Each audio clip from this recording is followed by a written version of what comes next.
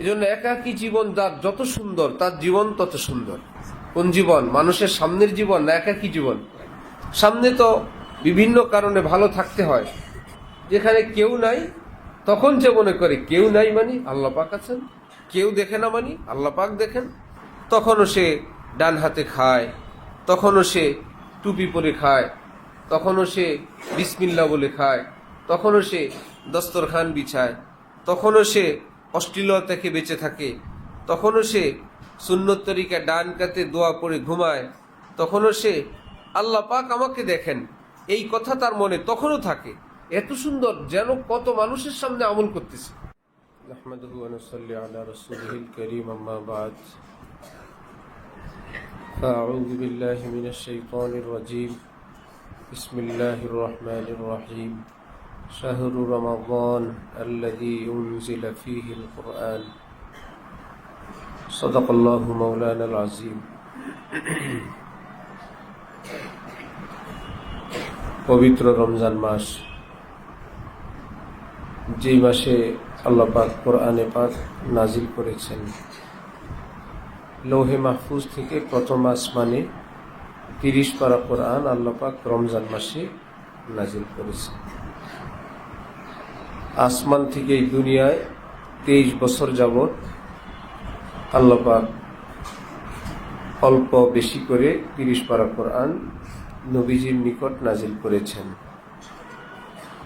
এই জন্য রমজান মাস এর সাথে কোরআনে পাকের অনেক গভীর সম্পর্ক। কোরআন অবতীর্ণ হওয়ার মাস, কোরআন নাজিল হওয়ার মাস। এই মাসে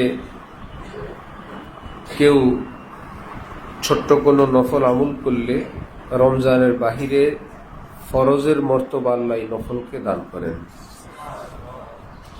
এক ফরজ আদায় করলে 70 ফরজের মর্তবা দান করেন।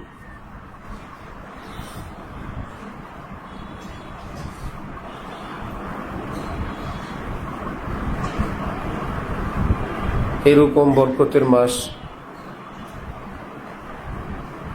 বরকতের সময়, রহমতের সময়গুলো খুব দ্রুত অতিক্রম করে। হাদিসে পাকের ভাষ্য অনুযায়ী রমজানের চাঁদ উঠলে শয়তানকে শিকলবন্দি করা হয়, কিন্তু শয়তানের ওস্তাদ নফস, যেই নফসের কারণে শয়তান মালউন হলো, নফস তো থাকেই। আল্লাহ পাক রব্বুল আলামিন রমজান সম্পর্কে আল্লাহ বলেন, লাআল্লাকুম তাত্তাকুন, কুতিবা আলাইকুমুস সিয়াম কামা কুতিবা আলাল্লাযীনা মিন ক্বাবলিকুম লাআল্লাকুম তাত্তাকুন।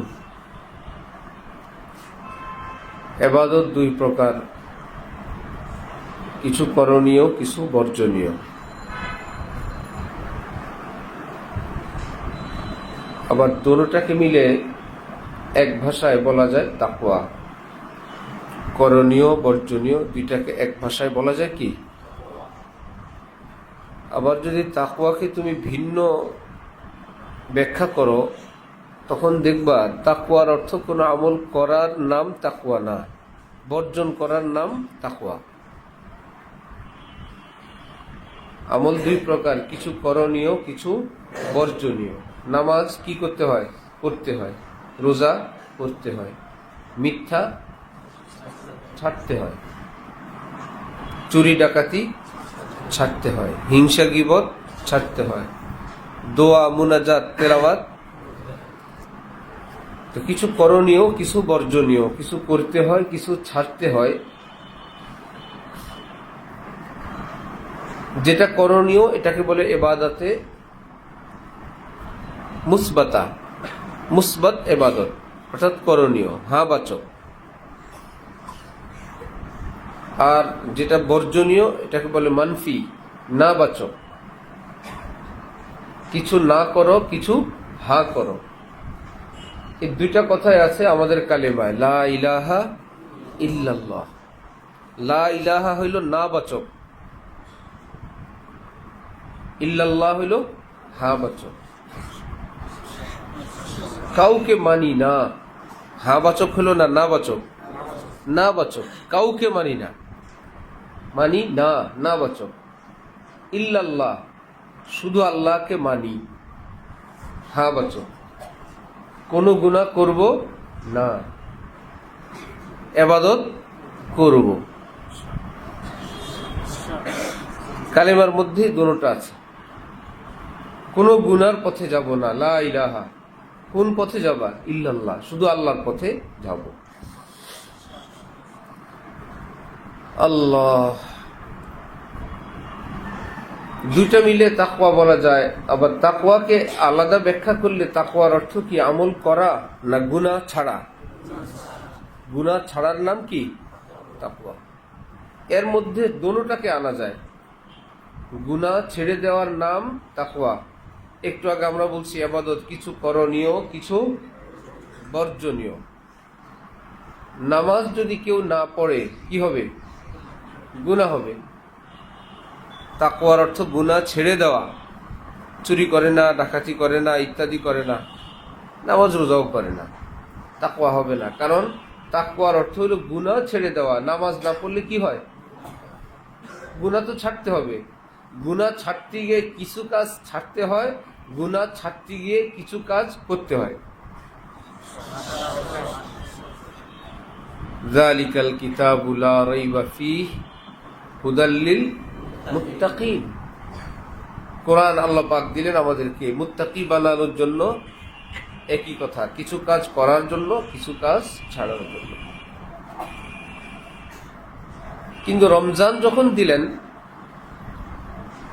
বললেন আমি কোরআন দিলাম মুত্তাকি বানানোর জন্য। যালিকাল কিতাবু লা রাইবা ফীহি হুদাল লিল, পুরা 30 পারা কোরআনের ব্যাপারে আল্লাহ বললেন।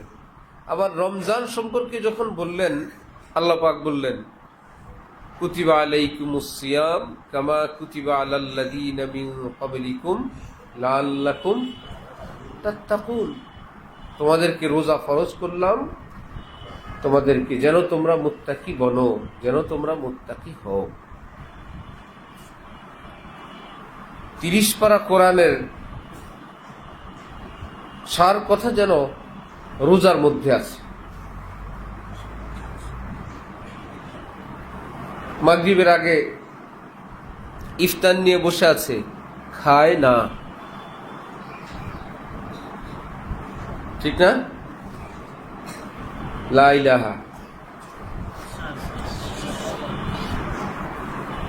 আজান দেওয়ার সাথে ইল্লাল্লাহ, দোনোটা আছে না? খায় না আবার খায়।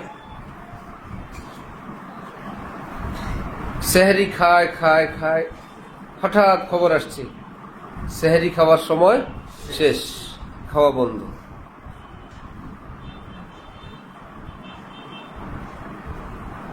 মাকসাদ আল্লাহ পাক রব্বুল আলামিনের হুকুমে বান্দা করে, আল্লাহ পাকের হুকুমে আল্লাহ পাক বান্দা বর্জন করে। মান আতা লিল্লাহ ওয়া মানা লিল্লাহ,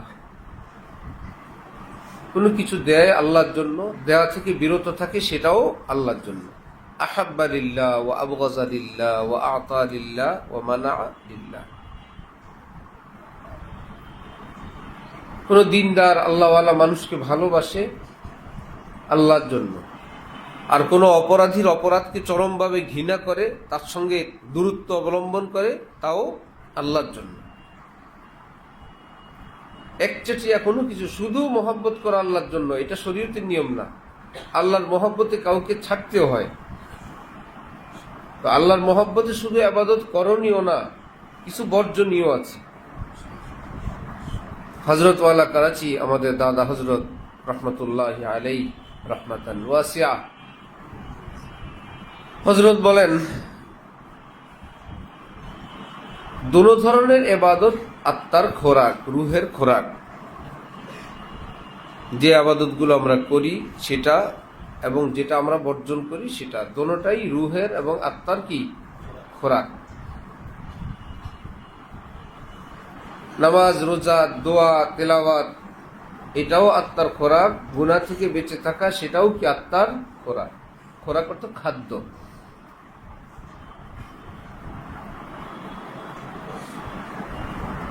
বিয়ে বাড়িতে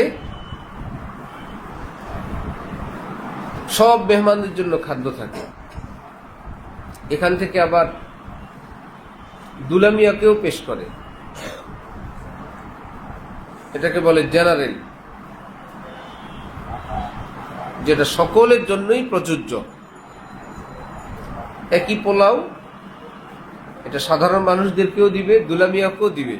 দুলার জন্য আলাদা পাতিলে পোলাও পাকায় না, পাকায় ওই পোলাওটাই, কিন্তু দুলার জন্য আবার কিছু স্পেশাল করবে যেটা অন্যদের জন্য করবে না। সেটা কার জন্য স্পেশাল? দুলার জন্য, কারণ তিনি চিফ গেস্ট।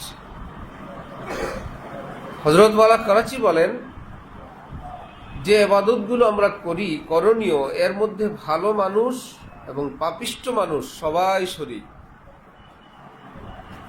দুষ্ট মানুষও রোজা রাখে, ভালো মানুষও রোজা, কোন চোর ডাকাত দুর্নীতিবাজ নামাজ পড়ে, আল্লাহর ওলিরাও নামাজ পড়ে। তাহলে নামাজ পড়া, রোজা রাখা, দান করা, এটা কি আল্লাহ পাকের একান্ত প্রিয় বান্দাদের বৈশিষ্ট্য না সবার জন্যই? এটা করলে কেউ প্রিয় বান্দা এটা বলা যাবে না। অনেক রকম মানুষই নামাজ পড়ে, ভালোরা তো পড়ে, যারা পাপিষ্ঠ গুনাহগার তারাও রোজা রাখে, হজ করে, উমরা করে, যাকাত দেয়, ভালোরাও করে, মন্দরাও করে। এটা কি আল্লাহর প্রিয় বান্দাদের স্পেশাল আমল হইল? যেটার মধ্যে সবাই শরীক, এটা কি আল্লাহর বান্দাদের স্পেশাল আমল হইল না জেনারেল? তাহলে আল্লাহ পাকের প্রিয় বান্দাদের স্পেশাল হাদিয়া কোনটা?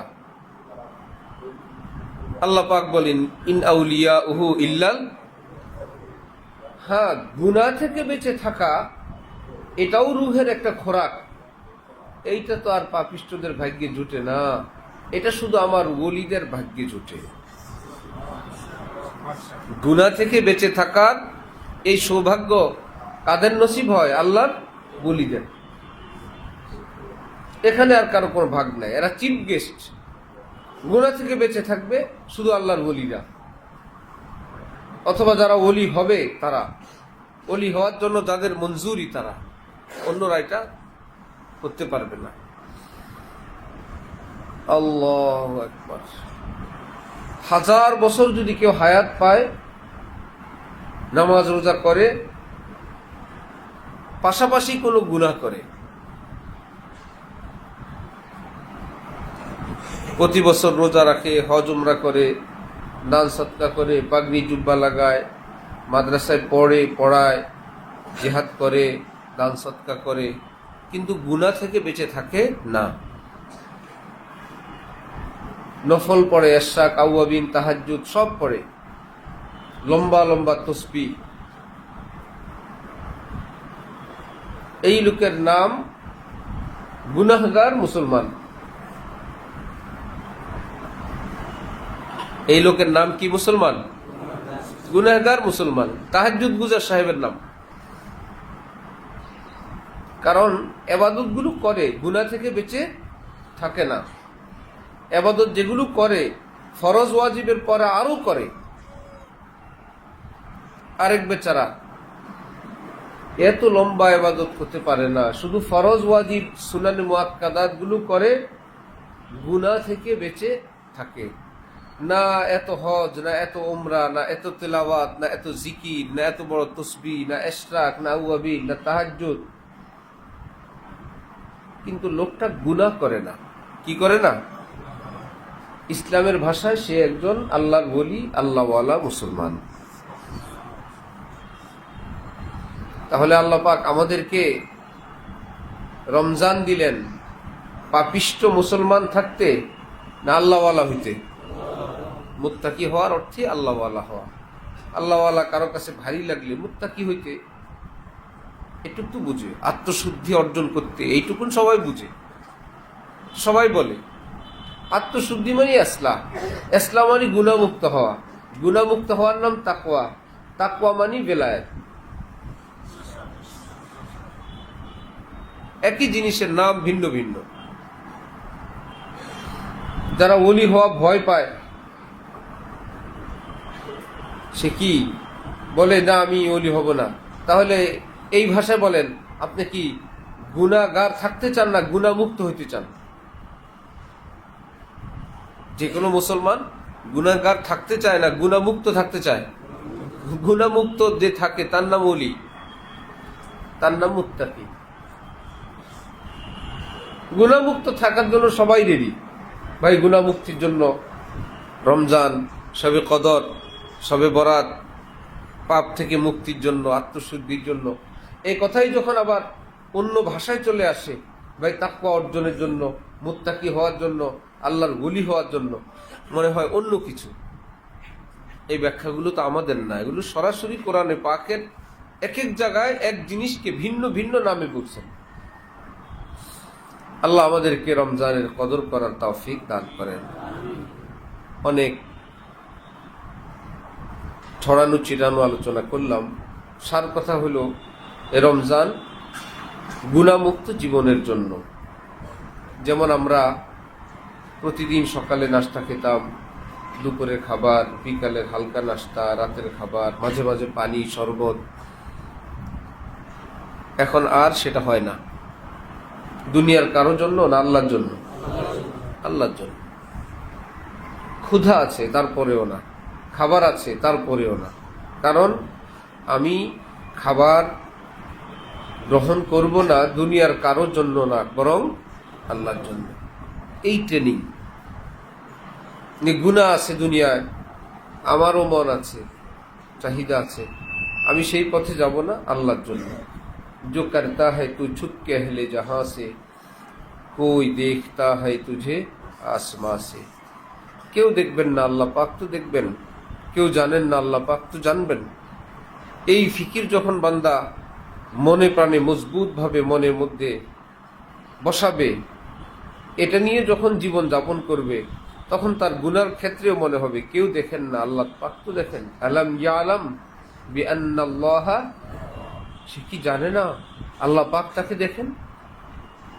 ওয়া হুয়া মাআকুম আইনামা কুনতুম, তুমি যেখানেই থাকো তিনি তোমার সাথে আছেন, তোমার সাথেই আছেন। এজন্য একাকী জীবন যার যত সুন্দর, তার জীবন তত সুন্দর। কোন জীবন? মানুষের সামনের জীবন না একাকী জীবন? সামনে তো বিভিন্ন কারণে ভালো থাকতে হয়। যেখানে কেউ নাই, তখন যে মনে করে কেউ নাই মানি আল্লাহ পাক আছেন, কেউ দেখে না মানি আল্লাহ পাক দেখেন। তখনও সে ডান হাতে খায়, তখনও সে টুপি পরে খায়, তখনও সে বিসমিল্লাহ বলে খায়, তখনও সে দস্তরখান বিছায়, তখনও সে অশ্লীলতা থেকে বেঁচে থাকে, তখনও সে সুন্নত তরিকা ডান কাতে দোয়া পড়ে ঘুমায়, তখনও সে আল্লাহ পাক আমাকে দেখেন এই কথা তার মনে তখনও থাকে। এত সুন্দর, যেন কত মানুষের সামনে আমল করতেছে। ফাইল্লাম তাকুন তারাহু ফাইন্নাহু ইয়ারাক, তুমি তাকে দেখো না, তিনি তো তোমাকে দেখেন।